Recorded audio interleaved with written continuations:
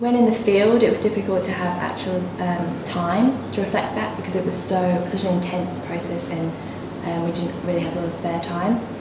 But so the only thing that was hard was actually making time. But once we actually got back to Sydney, it was fine. There were times when I was definitely frustrated that I was reflecting too much and not just enjoying things.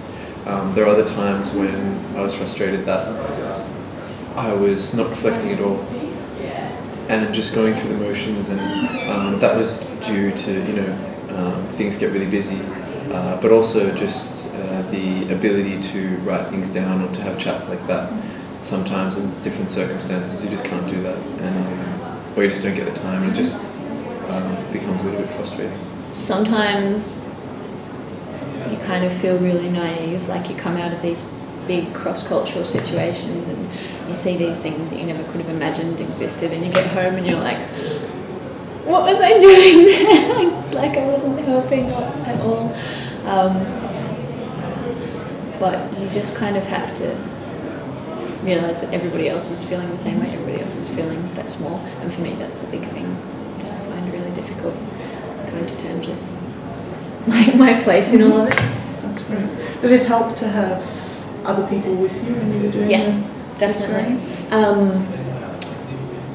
Yeah, it did. Because you're in like this full-on environment all day, but then it was really nice to go back to the homestay where we were and like speaking English, but like English that they can understand. You don't have to like simplify your tenses or anything like that. You can just talk and blah, and that was really helpful. And I went with a really great group of people as well, so I was very appreciative of that. We got a set of questions and we had to do a research essay at the end, and I found international theories, sometimes it's hard to make that link between your internship experience and an international theory that was written in the 17th century. So that was quite challenging, but at the same time, after doing a few reflection activities, it became easier and easier, and I could make links, etc. I wouldn't say it's hard, because I think everything is possible, but I would say what's challenging about these reflective activities is about linking your university studies with work. So you have to look through what you have studied and to compare it to what they're doing at the organization.